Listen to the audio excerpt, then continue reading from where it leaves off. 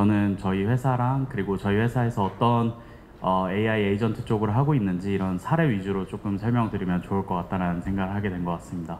저희 팀은 이제 2021년 4월에 설립됐고요. 저와 저희 공동 창업자들은 이제 설립 이전부터 어떻게 하면 사람의 사고와 글쓰기를 더 원활하게 혹은 쉽게 도와줄 수 있을까라는 고민을 갖고 있었던 팀이었습니다. 이제 그 이유는 저희 이제 공동 창업자들은 빠르면 2015년부터 이제 2014년부터 늦으면 이제 2017년부터 같이 하나의 팀이 돼서 중고등학생들의 글쓰기 혹은 그들의 진로 탐색을 도와주던 봉사활동 단체에서 시작을 했거든요. 근데 그러다가 이제 코로나가 맞이해서 봉사활동, 오프라인으로 만나는 봉사활동은 잠시 멈춘 사이에 청소년들의 이런 사고력 혹은 글쓰기를 증진할 수 있는 방안이 어떤 것들이 있을지 고민하다가 그 과정에서 이제 글쓰기를 보조하는 소프트웨어를 만들고 그리고 그 글쓰기 보조하는 소프트웨어를 AI로 어떻게 하면 강화할 수 있을까라는 과정에서 GPT를 생각보다 일찍 만나게 됩니다. 그렇게 해서 이런 인간의 사고력과 글쓰기, 표현력에 대해서 고민하던 팀이었기 때문에 나아가서 뭐 마케팅이라던가 일반적인 표현에 대해서 이런 걸 다루는 팀이 됐고 얼마 전에 이제 창업한 지 만 4년이 넘어서 이제 5년 차 된 매우 어린 스타트업이라고 볼 수 있겠습니다. 그래서 저희 팀에 대해서 아직 잘 모르시는 분들도 계실 것 같아서 제가 저희 팀 소개를 간략하게 준비했고 이후에 그 다음 단계로 넘어가면 좋을 것 같은데요. 저희 팀이 얼마 전에 최근에 투자를 유치했습니다. 1,080억 규모로 투자를 유치했는데 이는 AI 플랫폼 스타트업 중에는 최초로 저희가 누적 투자를 1,000억을 넘었고요. 그리고 현재는 저희 누적 유저가 500만 MAU, 월간 활성자 유저가 500만 명을 돌파하기도 했습니다. 그래서 지금 첫 100만 명까지 도달하는 속도가 네이버랑 카카오가 7개월, 토스가 이제 11개월 정도가 소요됐는데 저희 리튼도 7개월 만에 이제 첫 100만에 도달했고 500만 유저까지도 2년 가까운 시간에 도달하면서 토스나 당근과 같은 스피드로 빠르게 성장을 하고 있는 되게 빠르게 성장하는 기업이라고 봐주시면 될 것 같습니다. 그래서 실제로도 뭐 유저 수뿐만 아니라 다양한 방면으로도 저희가 한국에서 좀 최상위권을 보이고 있고 어플리케이션 랭킹에도 뭐 챗GPT에 이어서 2위를 하면서 이제 격차를 좁히고 있는데요. 저희가 다른 거를 주목해 볼 만한 게 어떤 거냐면 저희가 이제 20대 미만 그리고 20대 30대에서 굉장히 인기가 많은 어플입니다. 그만큼 어플리케이션의 유저분들이 쉽게 활용할 수 있는 부분이 많고 AI 네이티브 세대들이 되게 많이 활용을 하고 있는데요.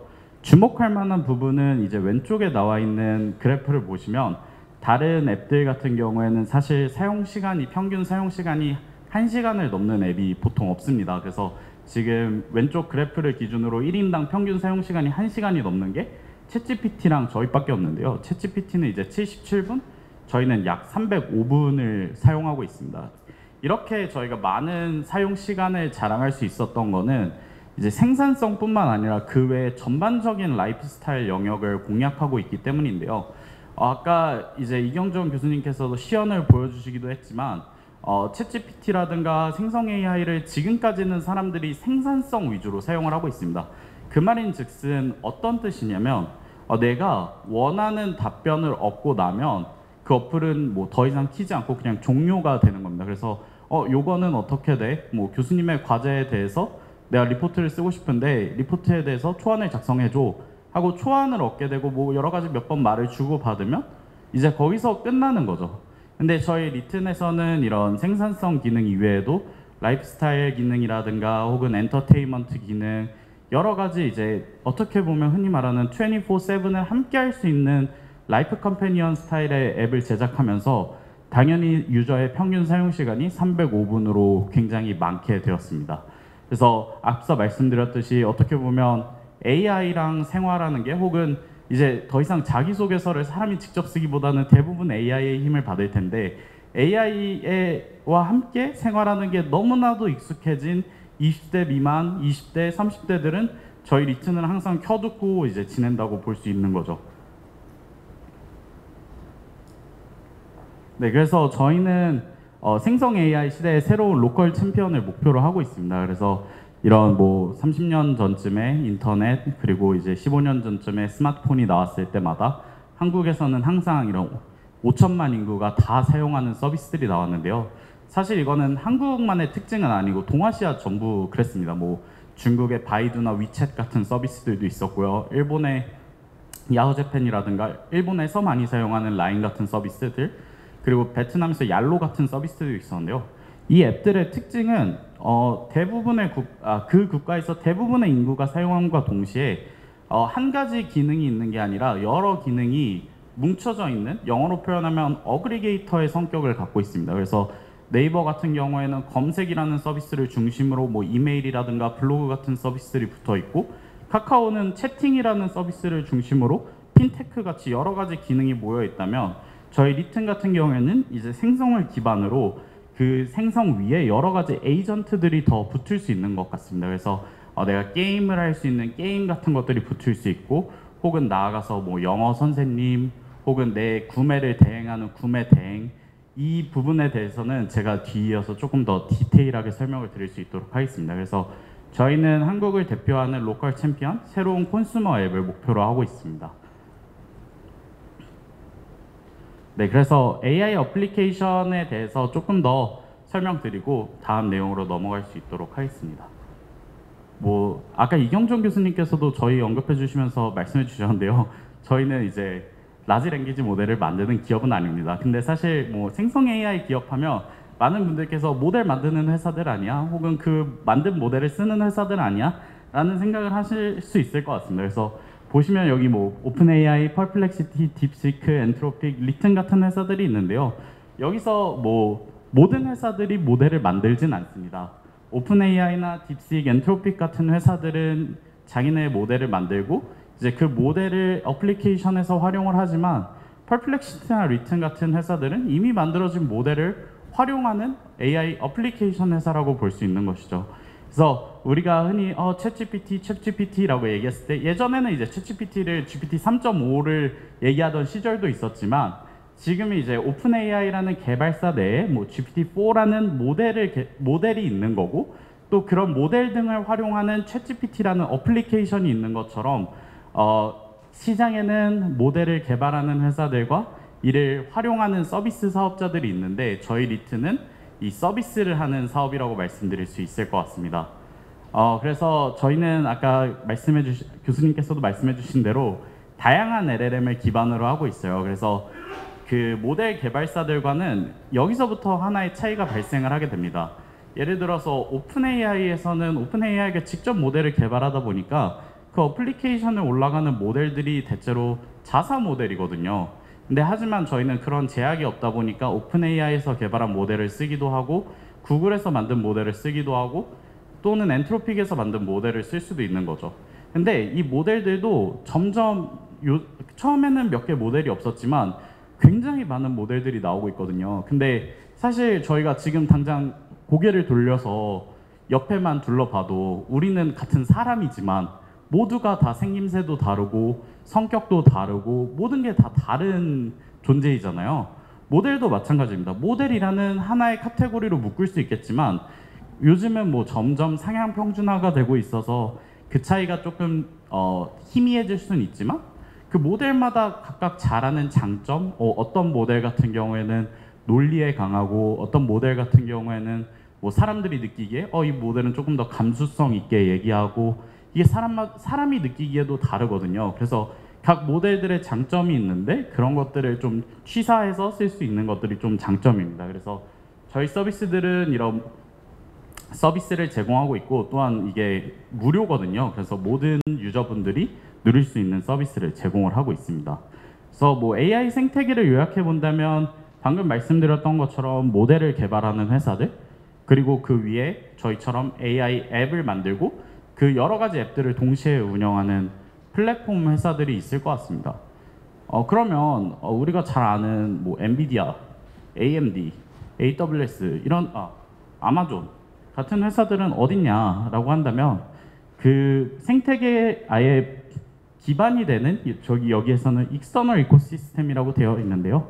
뭐 이런 GPU를 개발한다던가 혹은 서버를 제공하는 그 회사들 위에 뭐 모델을 개발하고 그 모델을 기반으로 앱을 개발하고 그 앱 등을 하나로 묶어서 운영하는 플랫폼 레이어들이 이제 지금 등장을 하고 있습니다. 그래서 이게 점점 한 단계씩 계속 개발이 되고 있는데요. 초기에는 이런 반도체 혹은 GPU 쪽 영역이 주목을 지금도 많이 받고 있지만 많이 받았다면 그 다음에 이제 모델 영역들이 집중을 많이 받고 있고 나아가서 이제는 그 관심이 실리콘밸리에서는 모델에서 이제 앱에서 나가서 플랫폼 영역으로 넘어가고 있거든요. 그래서 점점 더 AI가 액트 1에서 액트 2, 그러니까 챕터 1에서 챕터 2, 챕터 2에서 챕터 3 단계로 넘어가고 있다. 근데 아직까지도 이런 AI 어플리케이션이나 플랫폼에 대한 관심은 생각보다 떨어지는 게 사실이거든요. 근데 이런 부분들을 앞으로 우리가 더 주목하고 더 대응해야 될 필요가 있다고 생각합니다. 그리고 그 밖의 영역에서는 아무래도 뒤이어서 이제 실장님께서 잘 설명해 주실 것 같은데요. 기업 내부에서 활용하는 거는 보안 같은 것들이 또 중요하다 보니까 또 이렇게 별개의 영역으로 구분해 볼 수 있을 것 같습니다. 이제 이 부분도 사실 교수님께서 이미 말씀해 주신 내용이랑 맥락이 굉장히 비슷합니다. 제가 1996년도 신문을 하나 가져왔습니다. 보면 이제 여기 헤드라인에 인터넷 전화처럼 쓰게 될 겁니다 라고 나와 있는데요. 이걸 보면 뭐 전화는 되게 당연하게 쓰는 시점이었던 것 같아요. 1996년은. 근데 인터넷은 그렇지 않았던 것 같은데 사실 스마트폰 처음 나올 때만 해도 저희가 데이터를 정말 적게 받았는데 많은 돈을 내야 됐던 시절이 있었잖아요. 근데 어느 순간 우리가 데이터 받는 양에는 연연하지 않을 정도로 무제한 요금제가 정말 합리적인 가격에 나오고 대부분의 사람들이 무제한 요금제를 사용하는 시점까지 이르게 됐습니다. 그래서 이 혁신 기술들은 항상 인류의 역사에서 이 보편제화의 길을 따라오게 되는데요. 이는 말씀드렸던 전기도 마찬가지고 인터넷, 뭐 스마트폰, 메신저도 사실 2010년도 기사만 찾아봐도 무료 문자라니 말도 안 된다라는 기사들이 정말 많습니다. 근데 우리 삶에서 지금 다 카톡을 사용하고 있는 것처럼 이 생성 AI도 인터넷 카톡이 무료 사용해진 게 너무 당연해진 것처럼 AI 서비스의 무료 보편적인 사용도 정말 빠른 시일 내에 당연한 가치가 될 거고 이제 그 부분이 교수님께서 말씀해 주신 AI 모델의 가격이 점점 하락하고 있다는 부분과도 일치하는 것 같습니다. 그래서 저희도 정리를 한번 해봤습니다.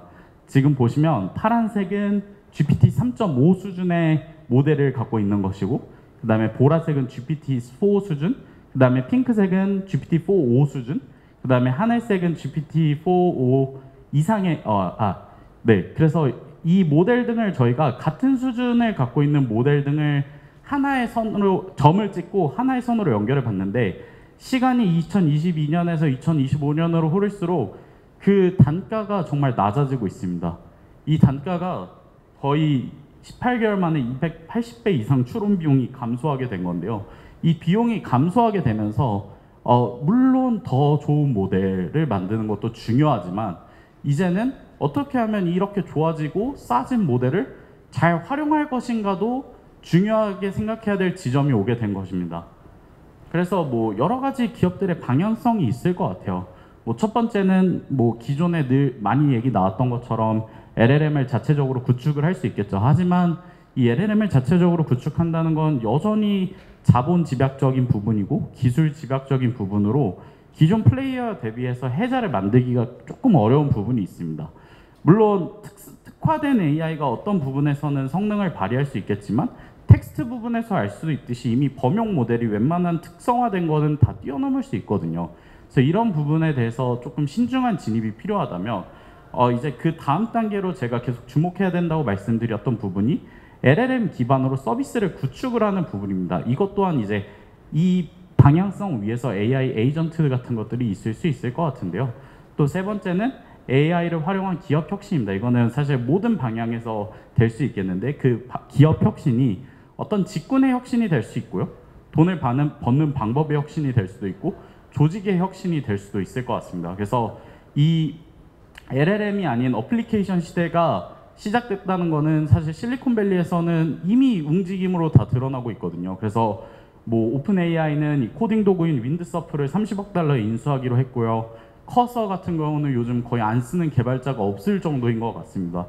또 전 페이스북의 앱 책임자인 PG 시모를 오픈 AI는 영입하기도 했고, 또 엔트로픽 같은 경우에는 넷플릭스의 리드 헤이스팅스를 고문으로 이제 참여하게 되었거든요. 그래서 이제는 모델, 그래서 나아가서 어플리케이션에서의 성공적인 포지셔닝을 하는 게 굉장히 중요하다는 것을 실리콘밸리에서 우리가 늘 얘기하는 오픈AI나 엔트로픽 같은 회사들을 이미 보여주고 있습니다.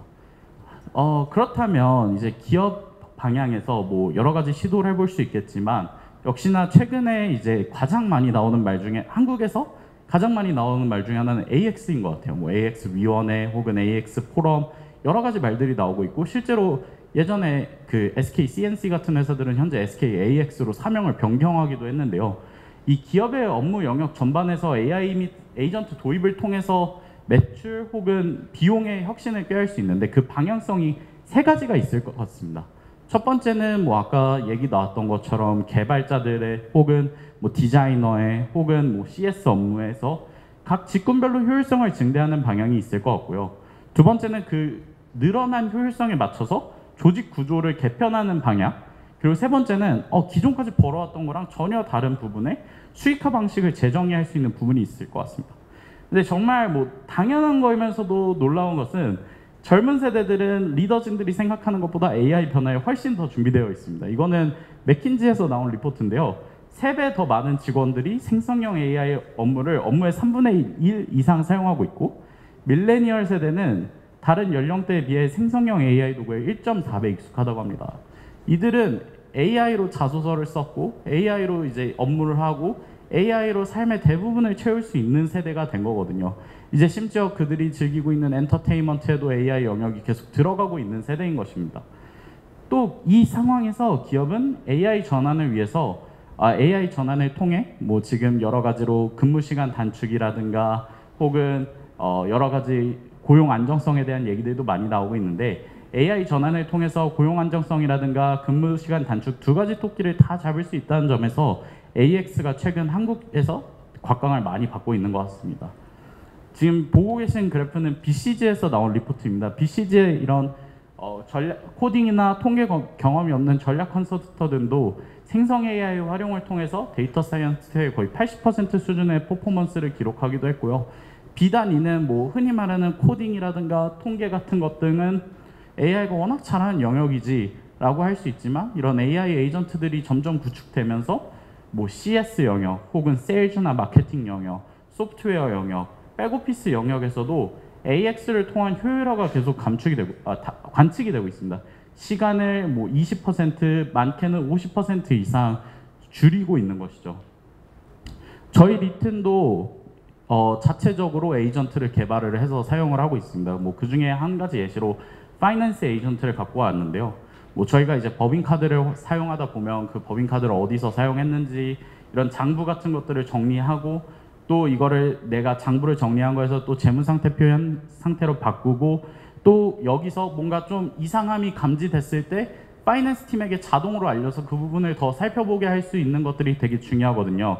그래서 기존에 이런 것들은 저희 사람이 이렇게 시간을 들여서 하고 있었던 건데, 어떻게 보면 답이 굉장히 정해져 있는 문제잖아요. 이런 문제 등은 뭐 AI 에이전트에게 100% 위임이 가능한 것이죠. 뭐 분류에 대한 초기 기준을 세팅해 준다던가, 결과물의 형태를 세부적으로 설정한다면 이를 풀리 자동화할 수 있고, 뭐 이제 그 이후에는 이런 것들이 정리돼서 뭔가가 감지되면 사내 메신저나 메일로 나에게 보내줘. 뭐 예를 들어 매달 28일 우리 양식에 맞춰서 재무제표를 작성해서 재무상표를 작성해서 내 메일로 송부해라고 하면 이 에이전트는 그렇게 일을 하는 겁니다. 근데 이 에이전트는 쉬지 않아요. 그냥 노트북에 뭐 예를 들어서 전원만 넣어 놓으면 주 7일 일 24시간 연중 무휴로 근무합니다. 그리고 이거를 돌리는데 비용은 월 200만 원 미만인 것이죠. 어떻게 보면 굉장히 효율적이고 더 비용을 싸게 돌릴 수 있는 AI 에이전트의 예시라고 볼 수 있을 것입니다. 그래서 이런 사실 인터넷 전환기에도 기존의 마트에서 인터넷 몰로 갔고, 또 그 다음에는 인터넷 몰에서 모바일 앱으로 갔던 것처럼 모든 기업이 뭐 디지털 트랜스포메이션에 이어서 AI 트랜스포메이션에 대한 변화를 계속해서 얘기를 들어갈 텐데, 그 중에 세 개의 아이템이 뭐 말씀드렸던 각 직군별로 혁신할 수 있는 부분이 있을 것 같고요. 두 번째는 각 기업에서 필요로 하는 AI 에이전트를 구축할 수 있는 게 있을 것 같고, 세 번째로는 AI 에이전트, 아까 교수님이 말씀해 주셨던 A2A 그 생태계에서 나왔던 것처럼 AI 에이전트들, 그러니까 AI와 사람이 어떻게 공존할 수 있는 조직 형태로 변화할 것인가, 이런 것들이 중요한 것 같습니다. 그래서 실리콘밸리 뭐 흔히 프롬프트 엔지니어라는 말이 나오면서 이런 기사들도 나오기 시작한 것 같아요. 이제는 신입 사원들도 부장들처럼 이제 AI에게 이제 내 직원처럼 지시를 할 수 있어야 된다. 그렇게 보면 이제 내가 어떤 사원들도 두얼, 어떤 행동을 하는 사람에서 지시를 내리는 다이렉터로 이제 변화를 해야 되고, 그 과정에서 AI 에이전트가 있다는 거를 고려하고 조직 구조가 설계되어야 된다는 얘기가 지금 나오고 있습니다. 그래서 리트는 이런 생성 AI 시대에서 크게 두 가지 생각을 갖고 있습니다. 뭐 간단하게 뭐 B2C, B2B로 나눠도 결국에는 개인과 기업 모두 이런 AI의 편익을 누릴 수 있도록 하는 건데요. 저희가 지금까지 이제는 모두가 무료로 쉽게 즐길 수 있는 1인 1 AI 시대 개막이 B2C고, B2B에서는 이런 생산성의 퀀텀 점프를 이루는 기업별 1인 1 AI 에이전트 시대의 개막이 있을 수 있다고 말씀드릴 수 있을 것 같습니다. 그래서 뭐 아까 늘 이런 AI 강연을 하면 나오는 영화 헐 얘기도 있고요. 저희가 이제 소수를 대상으로 한 생산성 중심에서 다수가 이제 좀 모든 유저가 쉽고 생활에 밀접한 생활형 AI로 조금 진화를 하고 있습니다. 그래서 저희가 오늘 00시부터 캠페인을 시작했는데요. 저희 이번에 홍보 모델이 빅뱅 출신의 이제 G드래곤입니다. 그래서 G드래곤 광고를 오늘부터 이제 전국 곳곳에서 광고를 보실 수 있으실 텐데, G드래곤과 함께 저희가 어떻게 생활에 밀착한 AI로 브랜딩하고 있는지 한번 봐주시면 좋을 것 같습니다. 그래서 제가 말씀드리고 싶은 부분은 AI에서 과거에는 Generating Idea라는 어떻게 보면 생산성 영역이 가장 주목을 받았는데, 하버드 비즈니스 리뷰에서 최근에 조사한 걸 따르면 사람들이 AI한테 기대하는 건 이제 테라피, 컴패니언십, Organizing My Life, Finding Purpose, 어떻게 보면 나의 개인화된, 그리고 나와 계속 얘기를 나눌 수 있는 이런 컴패니언에 대한 수요가 지속적으로 증가를 하고 있습니다. 그래서 저희 리튼에서도 나만의 AI 서포터가 계속 저한테 뭐 요즘 본 드라마 있나요? 지금 밖에 비 와요? 홍길동님이 좋아하는 뉴스레터 등이 도착했어요 하면서 계속 개인화된 소스를 제공을 하고요. 또 내가 평소에 아메리카노를 즐겨 먹는다고 했을 때 나는 R을 좋아하고 그중에 산미가 있다는 걸 좋아한다고 했을 때 이것들을 기억해 놓고 나중에 저에게 해당되는 정보를 제공할 수 있는데요. 이런 질문들을 받았을 때 저희는 여러 가지 모델 등을 활용해서 거기서 이 유저는 이 답변에 대해서 선호도가 있네 하는 것들을 계속 반영을 하고 있습니다. 이런 식으로 이제 이력서를 작성해 주기도 하고요. 뭐 이외에도 뭐 이런 GPT로 써준 글들을 탐지를 방어해 준다던가 여러 가지 블로그를 써주는 행위들도 해주고 있습니다. 근데 이 부분에 대해서 저희가 조금 말씀드리고 싶었어요. 처음에는 우리가 생산성으로 시작을 합니다. 뭐 AI 이미지나 자기소개서 완성. 그리고 두 번째는 뭐 나의 친한 친구 역할 상담을 해주거나 혹은 나에게 영어를 가르쳐주는 영어 선생님 역할을 해줄 수도 있지만, 세 번째 뭐 이제 디시전 메이킹을 도와주는 사람이 될 수도 있는데요. 그것은 뭐 이제 돈을 버는 앱테크 역할이 될 수도 있고, 자산 관리를 해준 역할이 될 수도 있고, 패션 컨설턴트 역할을 해줄 수도 있습니다. 근데 이거는 궁극적으로 어떤 거냐면요. 우리가 아까 교수님께서 말씀해 주신 내용하고도 비슷한데요. 카톡을 하면 저희한테 맨날 야 이거 뭐 요즘 특가 세일한데 하면서 보내주는 친구들도 있고, 혹은 이 옷 사보면 어때? 라고 해주는 친구들도 있고, 나한테 무슨 조언을 해주는 친구들도 있을 텐데, 이 사람 카톡 너머에 있는 사람들의 역할을 AI가 슬슬 그것들을 대신해 줄 수 있다는 거죠. 특가 세일을 보내주는 친구 대신에 나만의 AI 서포터, 나만의 AI 컴패니언이 특가 세일 정보를 보내준다던가, 혹은 이렇게 옷을 사야 될 때 나 뭐 사야 되지? 하고 물어봤을 때 AI가 기존에 아까 좋아한다는 내 취향에 맞춰서 뭐 커피 할인 상품이라든가 커피를 제공해 줄 수도 있고, 이런 의류 같은 경우에도 의류를 추천해주고 후에는 너 돈이 이것밖에 없는데 괜찮아? 혹은 그 다음에 이렇게 결제까지 이어질 수 있는, 어떻게 보면 개개인의 의사결정 영역에도 영향을 끼칠 수가 있는 형태가 된 겁니다. 또 기업에서도 이런 AI가 생산성 증대를 하기 때문에 기존의 뭐 워킹 레벨이 5, 3, 1 이렇게 필요했다면 지금은 더 줄여서 이런 조직 등이 조금 더 개편이 될 수 있을 것 같고요. 다만 이런 것들이 다 다른 에이전트가 아니라 하나의 에이전트가 될 수 있을 것 같습니다. 뭐 예를 들어서 제가 냉장고에 갔을 때는 뭐 톰이랑 얘기하고 혹은 뭐 세탁기에 갔을 때는 댄이랑 얘기하는 게 아니라 하나의 AI를 이제 계속 어딜 가나 내 정보에 대해서 그걸 정보를 갖고 있는 흔히 말하는 IQ 말고 EQ 레이어가 그 위에 하나 얹어진 이런 페르소나 AI에 대한 것들, 그리고 인적 자원들이 같은 내용을 공유할 수 있는 이런 에이전트들이 각 구성원이 다양한 목적으로 활용하는 형태가 될 수 있을 것 같습니다. 그래서 저희 리튼에서도 아까 오퍼레이터 얘기해 주시면서 그런 정확도 같은 얘기를 많이 해주셨는데요. 리튼 랩스라고 오픈소스 프로젝트를 공개했어요. 근데 이제 LLM을 활용해서 어떤 연결을 하고 호출을 하는 거는 뭐 어느 정도 정확도까지는 이뤄낼 수 있거든요. 80% 정확도. 다만 이게 아직까지는 조금은 답답하게 느껴질 수 있는 부분도 있을 것 같습니다.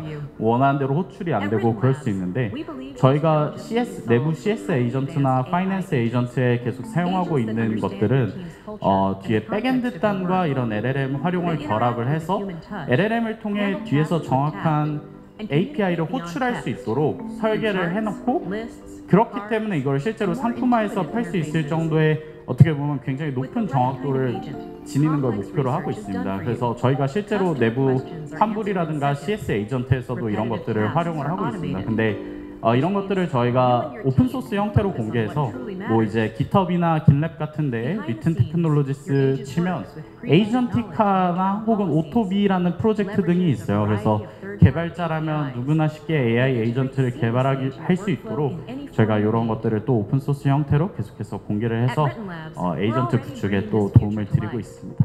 제가 준비한 내용은 여기까지입니다. 들어주셔서 감사합니다. 브릿지 경제를 지금 팔로우하세요. 안 하면 또 놓칠걸요?